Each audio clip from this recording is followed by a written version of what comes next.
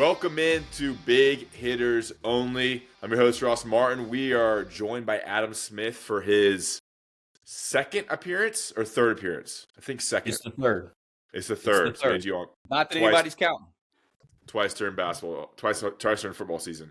All right. We sat next to each other last night at the Wake Forest game. We're recording Wednesday, January 22nd at 4:14 p.m. in the afternoon. Tar Heels fell to the Demon Deacons, 67-66? Is that right?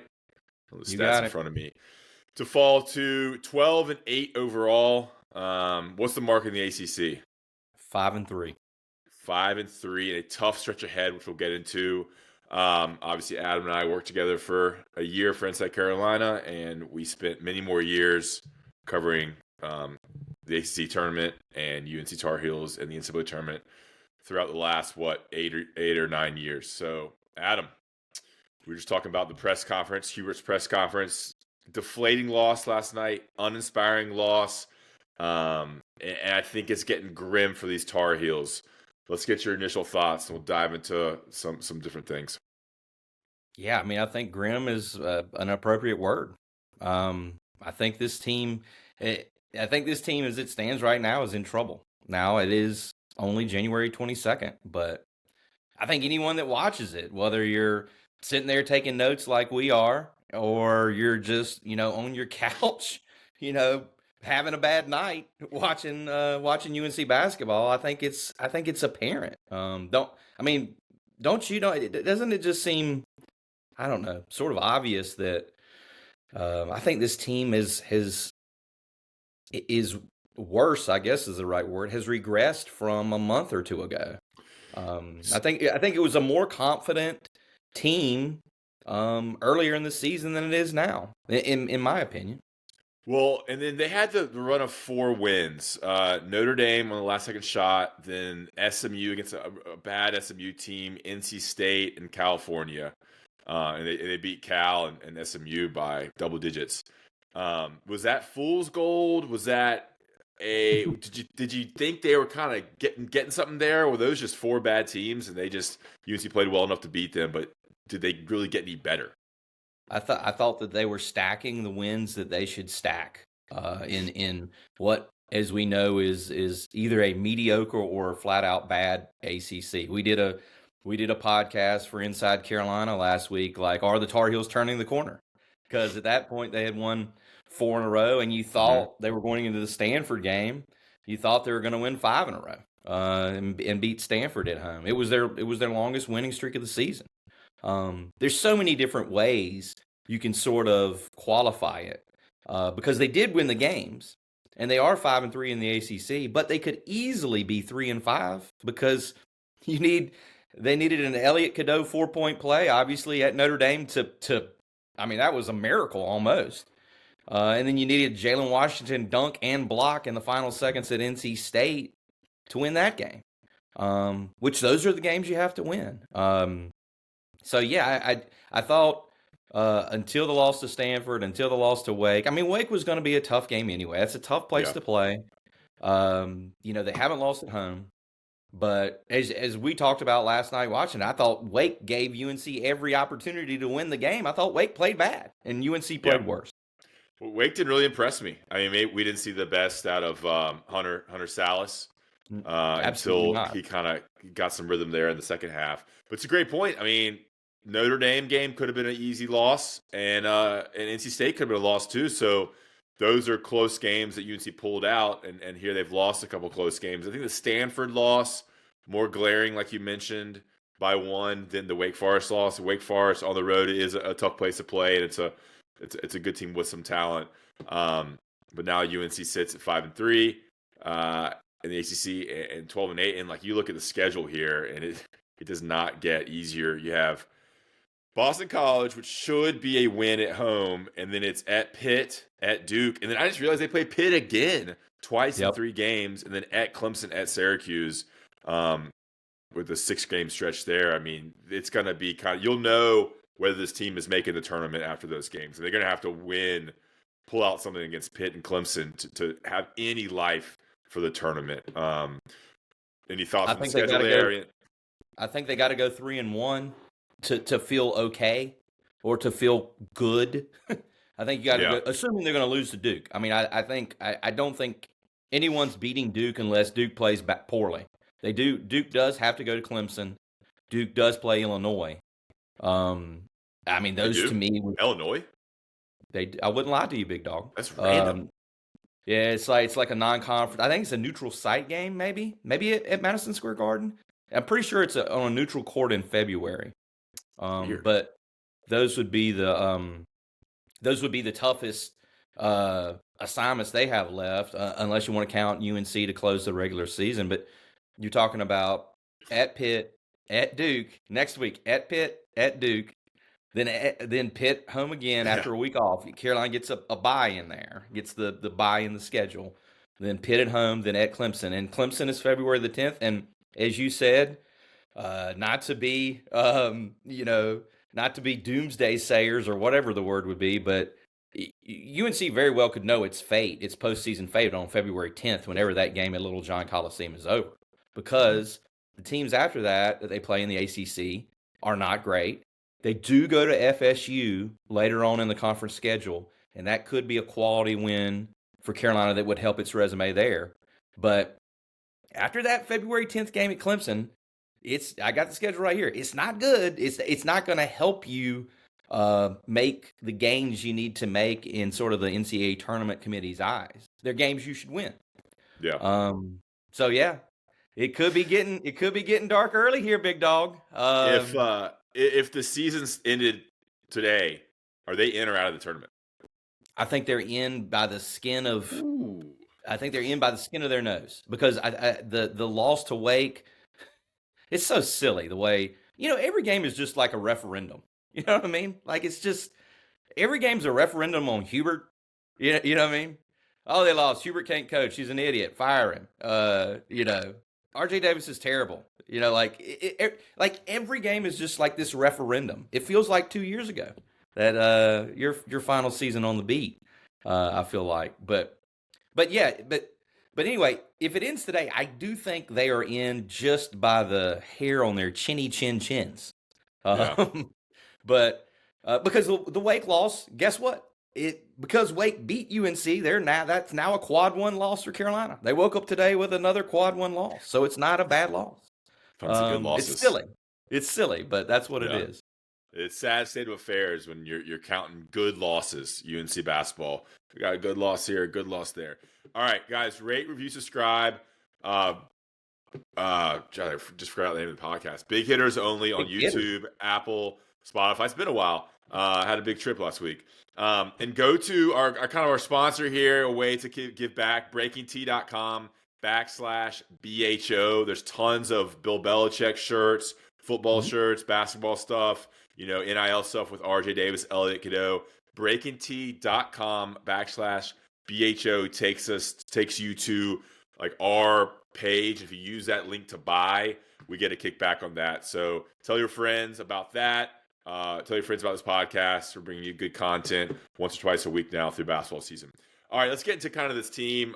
We haven't talked basketball yet, and on the podcast we haven't really talked since Stanford game and the Wake game. Now, like, what is the core issue with this team? I've talked in the past about how they don't have a big man, they don't have the size, they don't have a dynamic forward, and they're undersized at guard. Beyond those physical limitations, what else is glaring to you about the issues that this UNC team is struggling with? Well, that was a very well thought out question, Ross. Congratulations on that. Thank you. Yeah, you said beyond the physical. Well, there's the mental beyond the physical. And those, those are right there to see. How long do I have? Do you have the little timer you used to do when you remember the little hourglass you had where you'd flip it over? Yeah. You might need that for this one, big boy. How long do you want me to go on Cade Tyson? When I say mental, I think Cade Tyson. But he's not even a factor. He's not even part of the team, I feel like. He's been a complete bust. He has been a complete bust. It's one of the reasons that they're screwed up. They brought Cade Tyson in. They paid Cade Tyson $600,000 to come make shots. They paid him $600,000, Ross. That's crazy. He's making that much. And he's sitting on the bench, and he's unplayable. He should be sitting on the bench. He should not be playing. Last night, we were there. What, he got 3 minutes in the first half, something like that. The air ball that he shot, that hit, he shoots it from the wing, and it hits the opposite side of the square on the backboard. It was like he heaved it at it. I'm getting squeaky. My voice is getting high. I mean, full the stats here. Yeah, beyond he's shooting like 29% from 3-point range, but also RJ Davis is. RJ Davis and Cade Tyson had the volume is completely different, but neither one of them can make a shot. You cannot play Cade Tyson. I mean, they got not much of anything in the transfer portal this past offseason. Vin Allen Lubin is just what he is. He's been serviceable at times. He's been bad at others, but they got nothing in the portal. Their best players are all guys they recruited out of high school, which sounds archaic at this point.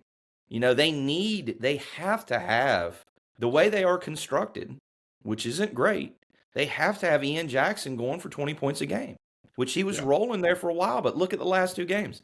He had 6 points, I think, Stanford, and 7 points against Wake last night. He was 1 for 7 from 3. They could not make a 3-pointer to save their life last night. They were 8 for 32, and at one point they were 3 for 22. Yeah, 25%. Drake Powell 0 for 4, certainly capable of making threes. These guys can make threes, but they are not making them. I mean, we all saw the last time RJ Davis played Wake, he scored 36 points in Chapel Hill and destroyed them. And that's just not the same guy anymore. He's not there. The regression with RJ Davis is something that has hurt this team. I think, you can play the blame game all up and down the roster, and you can say that Hubert isn't a good coach. But I honestly, if you take a step back, if RJ Davis makes one more open shot in games like Kansas, Michigan State, Florida, they win those games. Just one more. They drew up the plays. He was open. Just one more, they win those games. Sorry for what's going on with him? Like, why do you think it was because they don't have Armando Bacot? There's not that gravity. He's getting double teamed. He's having more defensive pressure on him because a guy like Bacot's not catching double teams. Does he feel the pressure? Does he feel like maybe he's not getting as many opportunities with Ian Jackson and Cadeau in there? What do you think the issue is with why he's not as productive this season? All of the above. All of the above. I mean, you're a ball knower. You've set it up here. I think Armando's screening was incredibly valuable for what RJ did last year. I think Harrison Ingram, who you kind of forget about because it was a one-season stop. I think Harrison Ingram was so key to that team last season. Not only the leadership and the fire, but he was a damn good player. He could get you buckets. I think Cormac Ryan, even though Cormac Ryan was streaky, I think he was really important to have out there in terms of spacing because he could hurt you. He could make 6 threes at Duke to win the ACC regular season title. He could do that. And in the spacing, I think he was super helpful there. I think RJ had the season he had last year, which was one of the best seasons in UNC basketball history because of all those things, and those things just are not there. And he was allowed to sort of just play his game he was so freed up last year. He was allowed to sort of play his game, and Harrison and Cormac and Armando and Paxson Wojcik, they took care of the leadership. They took care of yelling at dudes and calling guys out. It was clear who the lead dogs of that team were, and this team needs RJ because he's in his 5th year of college basketball. They need Jalen Withers, who's another unplayable dude, who's in his 6th year of college basketball, to lead them, and it just isn't happening. That's just not who RJ is. He is just not a dude that's going to call you out and get on you and hold you accountable. It's just not who he is. He's an incredibly nice dude. Yeah, and I think last year it was his first year without Caleb Love, and so he had more freedom with the ball, obviously with Elliot Cadeau, but Cadeau was still freshman, so RJ was getting more time on the ball and had free reign on the perimeter and he took a lot of shots last year. He's still getting that a little bit, but it just feels different. I mean, it does seem like the perfect shots he's getting. He's getting open shots. Yeah. Now he surely is getting caught under the goal and forcing up shots at the rim against guys who are a foot taller than him that he shouldn't. He should not do that. Those are the forces that he has, I think, are not great.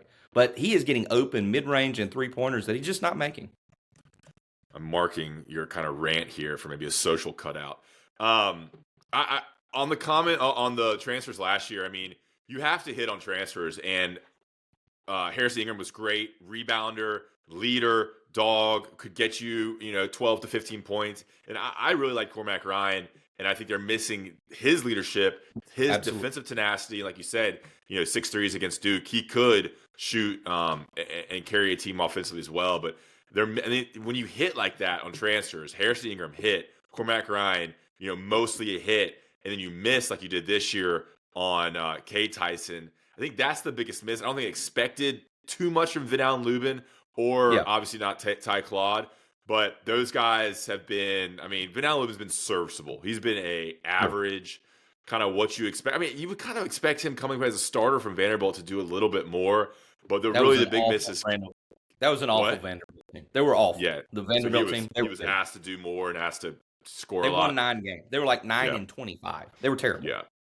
And the big miss is K. Tyson. How do you – I want to know really, did they scout him well enough? Like, did they see, like, all right, he's making shots at Belmont against really poor competition. He's bigger he's playing the 3 there, and he's bigger than everyone, and he's shooting, making shots. But maybe they didn't see the athleticism. Like, why is it not transferable? Because it is just – I mean, I expected him to lead the ACC in three-point shooting. Like, I watched his tape, and it looks so good. I thought he might be their second leading scorer, Carolina. I mean, behind RJ. Yeah, I thought he might score like 15 points a game. Yeah, they need him to, and that's a core issue because they missed with the big men, they missed with the athletic 4, and they needed a shooter like K. Tyson to at least level up, and that's been a massive miss. I mean, it's just you can't even talk about him because he's technically he's not really on the team. Like he's not playing, he's not a factor, and he doesn't play enough to get in a rhythm. And when he comes in, he's cold and he jacks up a 3. It's usually an air ball or a pretty bad miss. A great example is yesterday. And so move up there. I think the key for this team is they need to lean, like you said, lean heavily on Ian Jackson and Drake Powell. I think those guys are obviously the most athletic, the most talented players. And with RJ struggling, those guys have to score. I mean, I think Drake needs to be more aggressive. They need to run plays for him. He's long, get into the lane, hit those jumpers, attack the basket. Have the green light to shoot threes. We haven't seen Drake really have a good offensive game in a month, it seems, if not longer.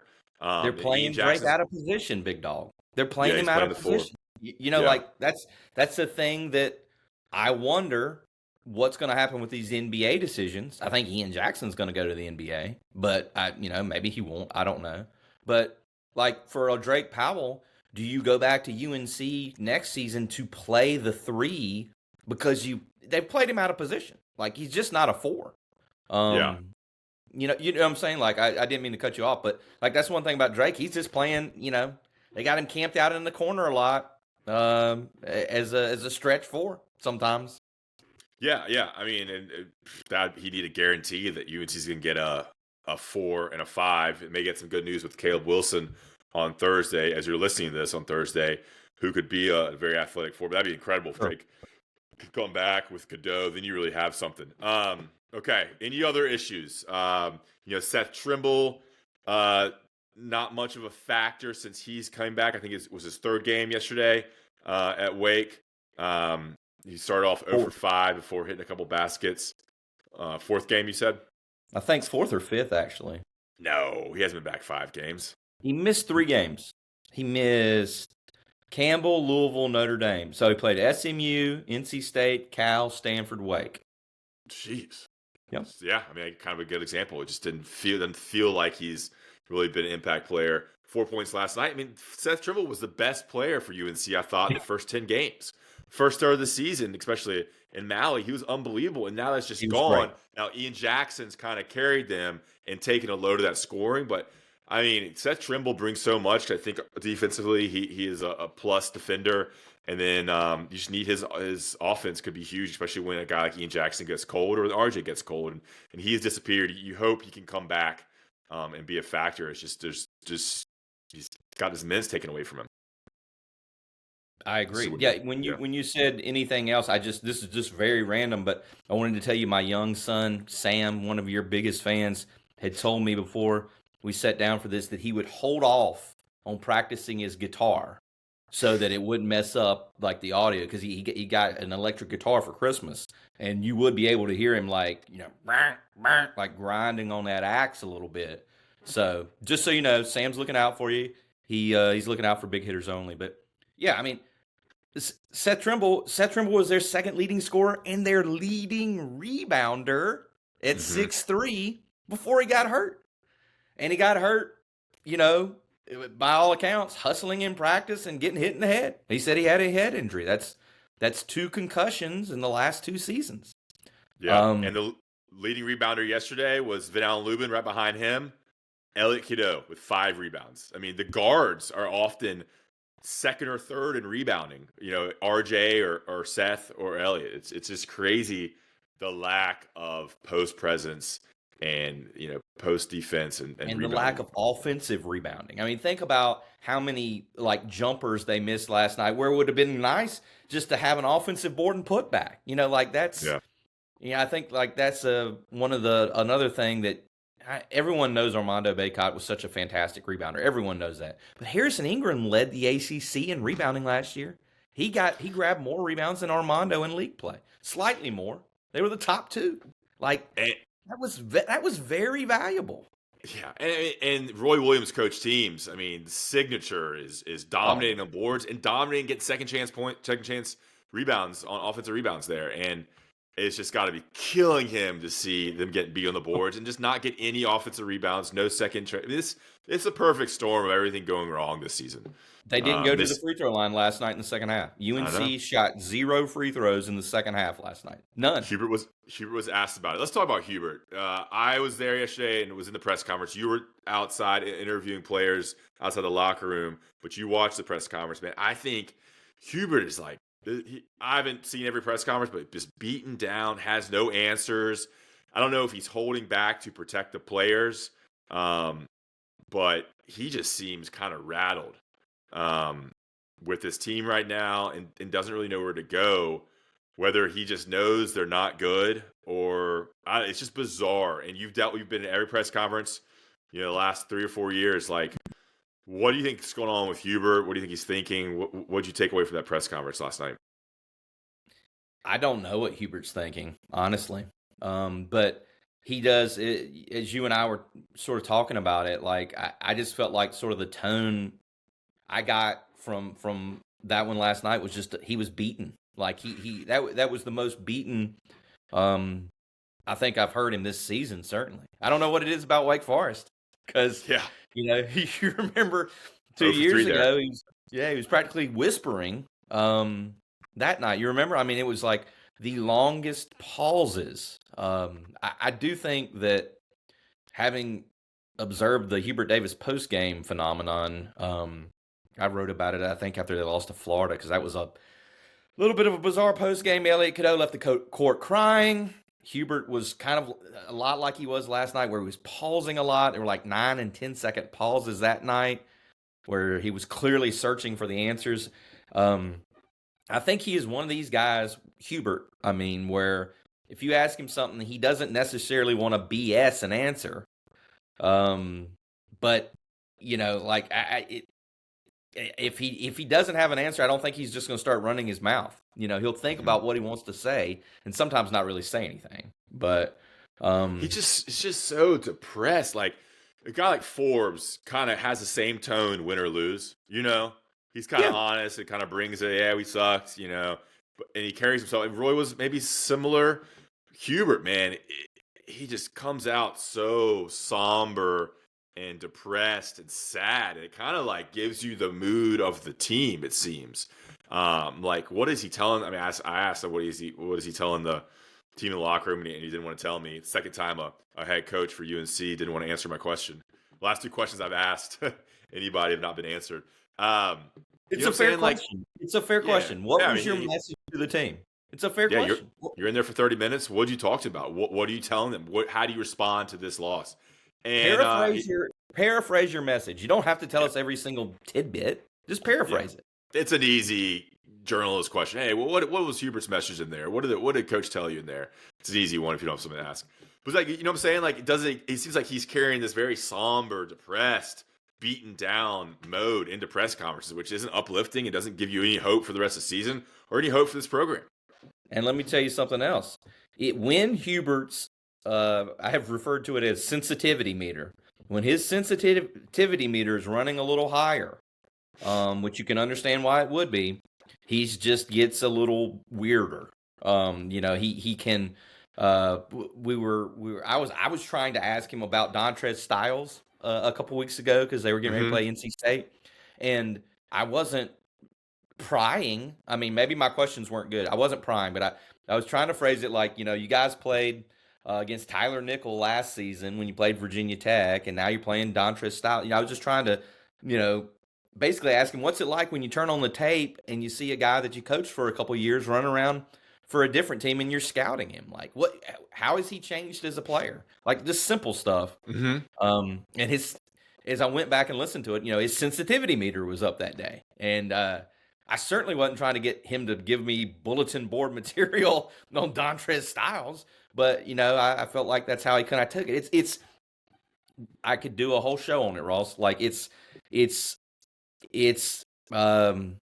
hard to figure because Hubert likes to do these things where he'll say, like, I played 12 years in the NBA. It's not a big deal to face some guy. It's not a big deal to face a guy. The trades happen. It's not a big deal. We play 82 games a year. It's not a big deal. Well, then why are you making it a big deal, Hubert? Why are you making it a big deal? If it's not a big deal, I have 12 years in the NBA. Like, tell us about it then. Like, you're telling me it's not a big deal, but yet you are making it a big deal. But also, just to finish answering your question, I'm sorry. I've had a lot of coffee today. He's just not going to go negative either. Like, he's just not going to do it. And there's a lot of areas, as we were doing it earlier in the show here, there's a lot of areas you could go negative on this team. He's not going to do Mick Cronin, where calling out players. Where he says these guys are delusional. He's just not going to do it. He's not going to do it. So I think he gets overly guarded and overly sensitive about what he says into a microphone that the rest of us disseminate to the rest of the world. Yeah, I mean, look, that's fine. Protect your players. You don't want to go negative and hurt their feelings. But maybe this team maybe there is an approach where this team needs a little tough love, or maybe some players respond to that being challenged publicly. This is college. This isn't freaking middle school basketball. You can be a little rough with the players. And they're getting paid, Ross. They're getting paid. They're getting paid. Professional players. RJ's making $2 million a year. Elliot's making $1 million a year. Yeah, these guys are rich. Like, that's crazy, man. The 600,000 for K Tyson should be the headline of this podcast. I didn't know that. I realized he made some. I just didn't. 600 is so much. They're rich. You can yell at them. Like 100K. Think about making 100K in 1 year. Like, making six figures is a significant amount of money living in Greensboro, North Carolina. Like, I survived on much less in Chapel Hill and had a pretty good single lifestyle, traveling the world and doing whatever I wanted to do and shopping at Li Ming's Asian Mart. Imagine making 100K in Chapel Hill. Imagine making 600K in 1 year. That's nuts. It would spin nice over here in Mebane, North Carolina. I'll tell you that. It would spin real nice. Like, but like, that's what I'm saying. Now, I'm not saying you've got to be like Bobby Knight. I can't stand Bobby Knight. Like, my high school coach idolized Bobby Knight. Hate him. Don't like him at all. Bad guy. Not a good person. I didn't expect to be blasting him on this, but drop 20 on Orange High School. Drop 20 on Orange High School. That was an exhibition game. Actually, it wasn't even a regular season game. But anyway, Hubert's weird, man. I've always thought the way he handles the media is so weird. He doesn't act normal. I don't know what it is. I don't know why he can't just be just turn it off and just be a real person. Like what always stands out to me, and I've talked to your boss Ben Sherman about this, is when he said DeMarco Dunn and Dontre Styles were going to be two of the best players ever to put on a Carolina uniform, and the next season they were gone, and he never played them. Just the lies and the just not being frank. And I get some of the stuff protecting players, but he's so weird. Anyway, so building on that, like, what do you think's going on with Hubert and the future of the Tar Heels, the state of Carolina basketball stepping back? I mean, you read the message boards, you see Twitter. If you just read the message boards and Twitter, everybody wants him fired after the season. Yeah. And I went on the Adam Gold show today, shout out. Oh. And I said, look, that may not represent how administration feels or how the average fan feels, but social media, message boards, they're pretty unhappy. And you can see the trajectory of this team. Like, it's not good. It wasn't good 2 years ago. Even the first year, they just got hot for 8 games. But I mean, what do you think about the future of Hubert Davis? I know y'all reported that he's going to come back for another year, but that was before some of these losses. And it could get really ugly here. They could lose 5 of the next 6 games. Without a doubt. What do you do? What do you do if I don't know how many regular season games. What if you do if they finish 17-14? You know, like, which is, you know what I mean? Like, that's not good. Like, I don't know what you do. if you're 15-15, what happens if you get to that point? But you're right. Like, we've reported Sherrell McMillan, the guru that he has reported that Hubert's job is safe this year. That's what he's reported.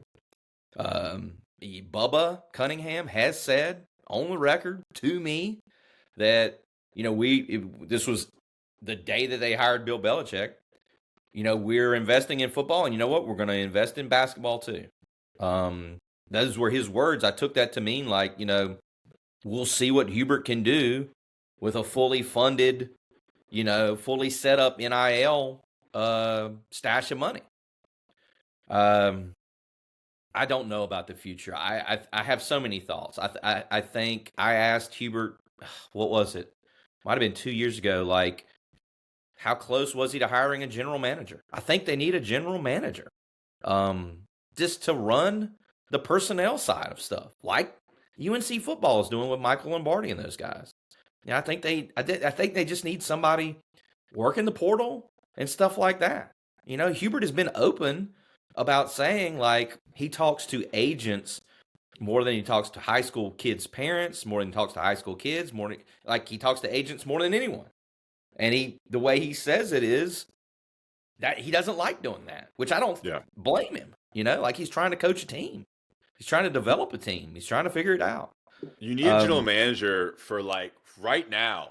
The general manager should be looking at which players can be available in the portal and getting 100%. A plan. So when the season ends or when they get knocked out of the tournament, because you have to start right then. And, like, if you don't start, I mean, staffs are doing that right now, whether you like it or not, and you have to have a plan, and then you have to start negotiating deals and figuring out the money. And 100%. It's hard to do that when you're coaching, traveling across the country, you know, coaching this team. I'm sure they have people doing that, you know, if it's Hoots or someone else or the NIL collective or whatever. But yeah, it'd be good to have someone that's identifiable as that. So what do you think? You think? I mean, it's hard. I know you see Hubert 3 times a week, 4 times a week. You know, you have to face this guy. So you don't have to say anything you don't want to say. But my opinion is you'd rather move on a year early than a year late. And if Hubert's not the guy, you got to make a decision and get serious with this program. Go outside the I think everybody's like, go outside the family. Another issue I have is that if Hubert stays, if they bring him back, and look, I think he's won big at Carolina, so, like, there is some, like, deserving that he's proven he can win when he gets the right players. The year 1 with Brady Manick, Caleb Love, RJ Davis, that roster. And then last year, they won the ACC, and they were awesome because he hit in the portal, and he had a really good roster construction. So he's proven he's can win and win big, and that's worth something. So maybe he is deserved another year, whether fans like it or not. But I think there needs to be, like, staff changes or something. They need to switch something up. They have a lot of Carolina guys, a lot of yes men, guys that don't fear for their job. I want coaches that are trying to get like other jobs. Like, who's hiring anybody on UNC staff? No one's hiring Jeff Lebo. No one's like, I'm going to poach Jeff Lebo. I'm going to poach Sean May. Like, no one's going, because they are UNC guys. They're comfortable. Like, I don't know. I think there needs to be some switch. New voices. Always good to have new voices. Bring new ideas. Get it up with the times on offense and defense. Bring in a couple coaches that can operate in a different way and switch things up. I think staff changes would be a good compromise if Hubert stays on. I think that's a fair point. I think it's a fair point too. I'm going to avoid talking about it, but I was thinking about as you were saying that, and I hate to draw a comparison to Duke because I'm sure people that are watching or listening to this can't stand Duke, but think about what John Shire did when he took over the reins from Coach K, and he went out and got Jay Lucas from Kentucky. And like, he wasn't a part of the Duke family, John Lucas's son. And I mean, I think that was a tremendous move. I think he is a tremendous assistant coach and is going to be a head coach for a long time. And that was a situation where Shire, told Nolan Smith, who is a great dude to talk to, the people's champ, Nolan Smith. He told Nolan Smith to get lost. That's how he ended up at Louisville. And now he's at Memphis, I think, because they all got fired at Louisville and Kenny Payne got fired. But that was just one example I thought of. I'm not saying it needs to be that drastic where Hubert needs to tell someone you can't be around anymore. And they also got Mike Stragi from Elon. Great job, Ross. They did get Mike Stragi from Elon. I remember that, but I also looked it up. And then Emmanuel Dildy. I don't know. But Duke's roster is, not all Duke alums now. There's Chris Carrawell and Will Avery, but he did mix in some players. I think that would be a benefit. And look, you can bring in someone. You don't have to you can bring in staff members, and add to the staff. You can add people to the staff without firing people. I don't want to take somebody's job, but anyway, that's one move that I think could happen. I just think that this is Carolina like it's the ad. This is Carolina basketball. Like, I think that this is Carolina basketball, and you can, the potential is limitless in some ways. People want to play at Carolina. People love Carolina. I mean, it is crazy. This job that I have, I'm so lucky to have it. Everywhere I go to cover this team, there's people that love Carolina. I mean, yeah. We're in Hawaii going into the Lahaina Civic Center the first day for the first game in Maui. And there was a guy I walked past. I had stepped out of the car for 2 minutes. He knew who I was because he was a huge Carolina fan. And he, subscribes to Inside Carolina. It was crazy. He was a native Hawaiian. He was like, Adam? And I could not believe it. Did you have an accent? Huh? You have a native Hawaiian accent?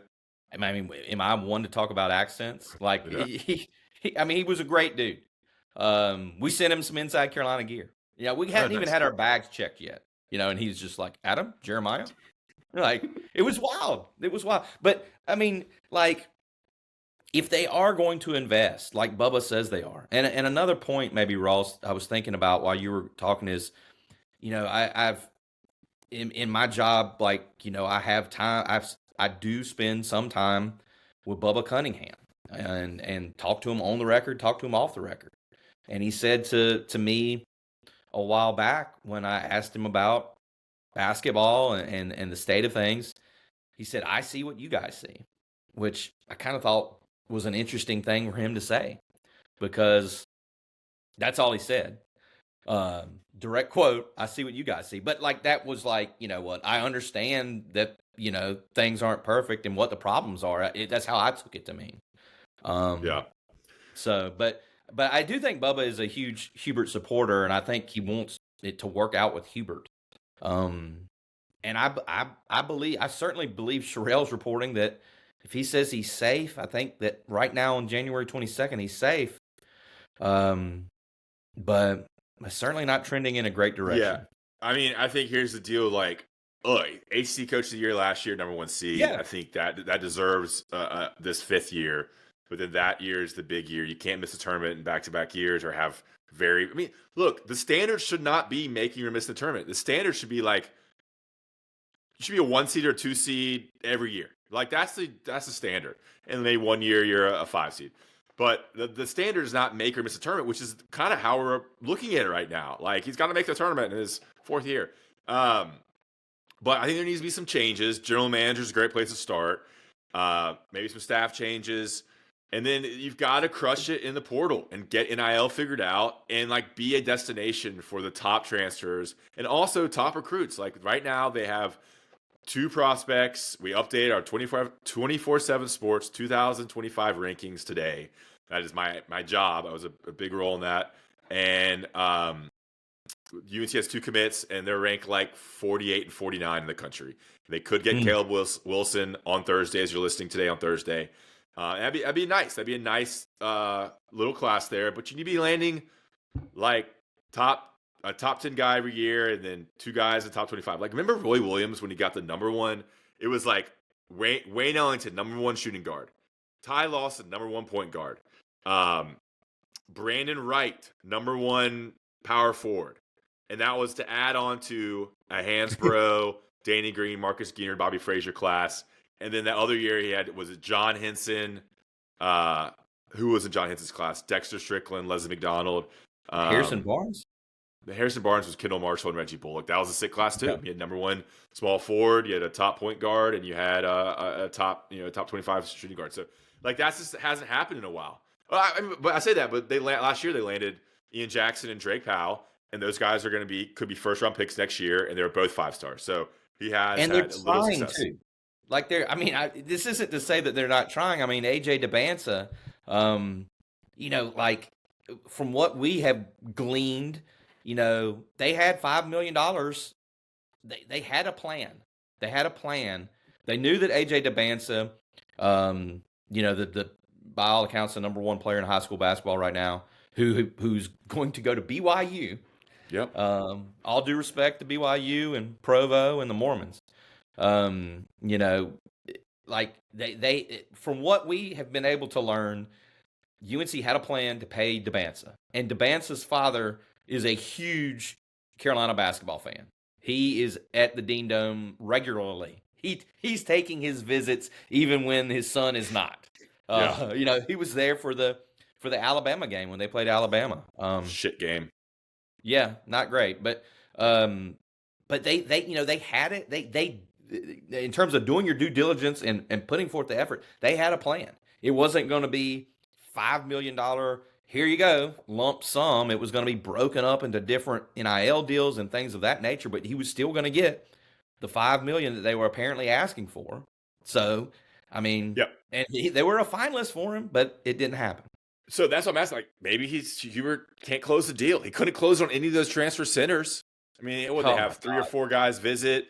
They didn't even reach out to Danny Wolf, who's going to be a 1st round pick. He was killing it this year.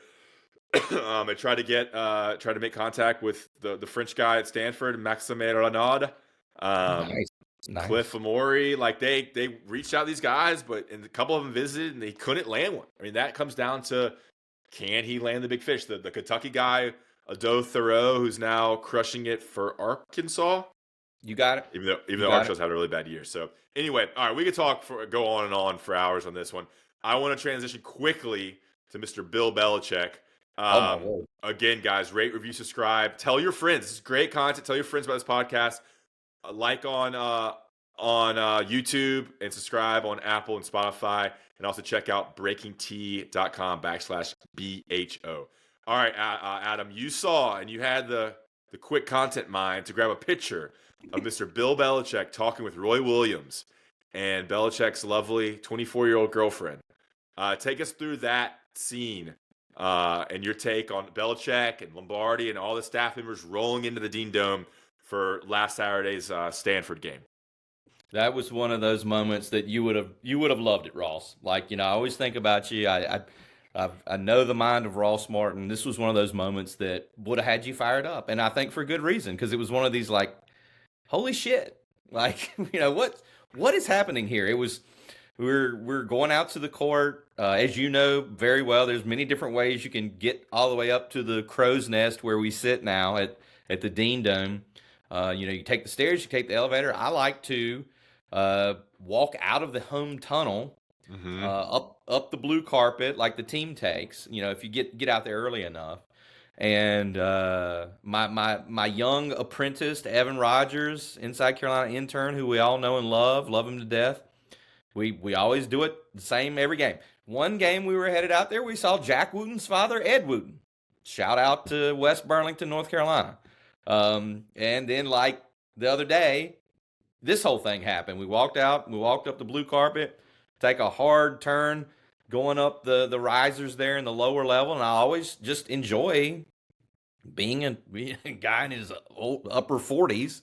I always enjoy looking over there and seeing what Roy Williams is up to, because his seats are right there. I just always enjoy. He's usually signing autographs. Mm-hmm. But as we were walking up the risers in the lower level, I looked over, and Roy, just as I was looking over, is standing up, and he's motioning to somebody like, hold on, like he's giving him one of those. And I'm like, who is he talking to? Has he got Eric Hoots doing some like errand or something? So I happened to look to who he's motioning to. He's motioning to Bill Belichick. It's like, what in the world is happening? And sure enough, Roy was scurrying out of his seats and going down. He was going down the other way to get down there. And I was like, holy crap. So, yeah, meeting the minds there. Roy Williams and Bill Belichick, two Hall of Fame grandpas. It was pretty cool little scene. Do you think they've met before? I'm sure they have, haven't they? I mean, Roy Williams, huge sports fan in general. Yeah, I don't know. Not all famous people know each other. These guys are like 74 years old, Ross. Like, yeah. I don't know. I would just think the way Roy moves around. Belichick has obviously, as you know, professed his love for Chapel Hill over the years. I would think, who knows? I don't know. I would think they have talked before. Roy was hugging him like he knew him. Come on. Yeah, and then his girlfriend right next to him was capturing the picture as well. Yeah. Yeah, she looked like she was locked in some of those photos. She looked like she was all business for that big recruiting day, I thought. I follow her on Instagram. To kind of make sure monitoring. She had a photo shoot with like all the Jordan stuff. It was pretty funny. Did you see those photos? Really? Yeah, she had like a photo shoot, like the players do, and like they got football, leaning on a football, and she's wearing the Jordan shoes and dressed up. So she's the first lady of Tar Heel football. She's the first lady. I wonder what a day in her life is like, just around Chapel Hill or whatever. Yeah, Seems like she's traveling a lot too. Anyway, and then in general, Bill Belichick, thoughts? What do you think? What do you think about the whole situation? And we've had about a month now more than a month to ruminate on it. Well, very nice use of ruminate. Thank you. Like anyone, when I first heard about it, I was like, you've got to be kidding me. Like the very first time I heard that they had talked to Bill Belichick, I was like, this is ridiculous. I thought, come on, why are they not zeroing in on Matt Campbell at Iowa State? Like what? Why aren't they going for Summerall at Tech? John Summerall at Tulane? I'm supposed to be impartial. I'm supposed to play it down the middle as the beat writer covering the team, but I fully have taken the Kool-Aid, Ross. I think it's unbelievable. Yeah. What is it going to be like that first game against TCU when he's coaching in Kenan Stadium? It's crazy. I think game day could come for that one. I think game day could be there because they're both going to be obviously 0-0. So it's going to be all the games are equal. So why not come to Chapel Hill for the first time for game day and for Bill Belichick's introduction to college too? It's nuts. Carolina, go ahead. You're going to be covering Bill Belichick. That's nuts. You're going to be asking questions to him. At Pittsburgh or at Boston College or a Thursday night at Virginia Tech where there's three people. It's URL and Andrew Jones in a scrum with Belichick after a rainy 34-degree loss. It's just nuts. But they have become a national brand in football instantly because just of that, the interest. Whoever's listening to this, wherever you are on that opening night of college football or the first opening Saturday, there's going to be something going across the bottom line that says UNC North Carolina wins Bill Belichick's college football coaching debut. North Carolina loses. Like it's going to be a national story. However it plays out, whether they're 6-6 or 12-0 or 0-12, like it's going to be a national story. This is going to be something that you and I have been around a while, and we've been observers of UNC sports forever since we were kids. It's going to be something like we've never seen before, I think. I mean, even with Butch Davis, I mean, I think Butch Davis, that situation injected a whole bunch of different energy around Carolina when he first got there. I'm not talking about the way it ended, but this is just, it's you've never seen it before. And I do think, again, this is me taking the Kool-Aid. I do think if they are able to execute this whole model they've talked about with the player development side, the personnel side, the coaching side, I think it only makes sense. And they have the money. $10 million a year, baby. $10 million a year. It seems like, it's kind of weird following it because they haven't announced any coaching hire. But you're seeing Matt Zenitz break it or y'all break it or y'all confirm it and everything. And so you're seeing these coaches come out. It's kind of a mixed bag of random coaches. I don't know if they have connections with Lombardi or Belichick, but you get the linebackers coach from here and a special teams coordinator from here, and then the high school coach from IMG Academies on the staff, and then you get these pro personnel directors coming down from New England and the strength and conditioning coach. It's just a strange, slow drag of a staff hiring here on January 22nd. And then you're having tons of transfers coming in, like loading up on corners, and then they're recruiting for 25 still a little bit. They got a quarterback 2 days ago, and some cornerbacks from Washington are transferring in. It's been an interesting just kind of see how it happens. I think it'll make more sense maybe next year, the next cycle, they kind of have it all figured out. But right now, they're just kind of piece together a roster too. Yeah, and if you're like me, you're sitting up there covering them. They're blowing out Cal the other night in basketball, and I'm just sitting there at my computer, happened to look over to the left. There's Steve Belichick. Like, there's Belichick's son. He's got his hair pulled up in a little bun. He's walking around with a bunch of dudes. One of the dudes definitely was Kamori House, the big-time linebacker transfer from Washington. The only reason I can tell you that is it looked like him, and he had a huge chain that said House. So this was a Tuesday or Wednesday weeknight, right? And so they were just entertaining the new players and transfers and stuff. Yeah, I mean it was a like 7:00 game. They killed Cal. They killed him. And they're just walking around like there was the Dean Dome definitely was not sold out. They're just walking around up there. I don't know why they were up top. They were up top. I mean, it was absolutely Steve Belichick. There's no doubt about it. Hard to miss. I need to connect with Steve Belichick. He needs to come on Big Hitters Only. He's my age. I think he's a year younger than me. That would be must-see TV. Is he good? Is he good in interviews? Do you know? I don't know. I'm not sure I've ever heard him talk. Yeah. Yeah. All right. Anything else on Belichick you want to give us? What did Bubba tell y'all when y'all had your special meeting after the Belichick press conference? Anything there? Oh, man. I mean... I thought that was very enlightening. I'm not sure that it was Bubba's hire. If we want to be completely honest, it might have been the board of trustees that pushed that thing through. But I thought it was enlightening, and they're going. What I've said about it is they're going all in. This could not work out, but they're gonna load up and try. So I mean, I think that was the big takeaway. So I mean, we'll see. Do you think he does McAfee during the season? Well, it's a good question. I wish he would do local media. We haven't talked to him since they hired him. Whatever day that was. Yeah, and I think he's going on the Carolina Insider podcast this week. I talked to Jones yesterday. Well, I overheard Jones talking to our good friend Josh Graham. And that's the first media, has been, likes to call it, in-house production with Belichick there. So that should be interesting too. 15 minutes there. All right, we could go for hours on this. Adam, really appreciate your time. It was really good stuff on basketball and UNC, the state of Tar Heels, and Hubert Davis. And appreciate you coming on, man. And I enjoyed it, Ross. You and I and Steven Schramm had a great golf outing on New Year's Eve. Had a great time. I enjoyed it at the basketball game last night. And since I have the floor here, I probably should have done it when we came on. It was a bad move on my part. I wanted to congratulate you. I don't know if your audience is aware, but a few days ago, you dropped down to one knee, popped the question, and you're now engaged. So congratulations on that. That's awesome.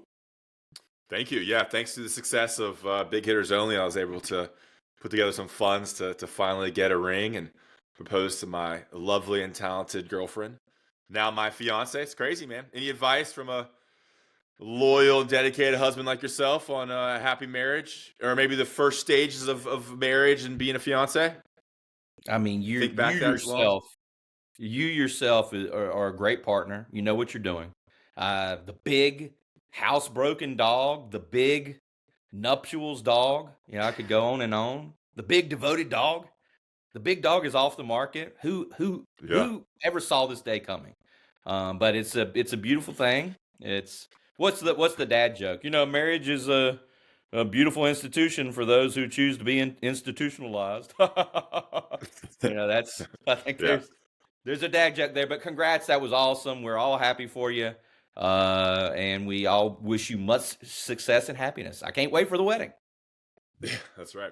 All right, guys, appreciate you listening. Tell your friends, rate, review, subscribe, follow, like, engage, and check out breakingt.com/BHO. Thanks to Adam for his time. We'll talk to you next time.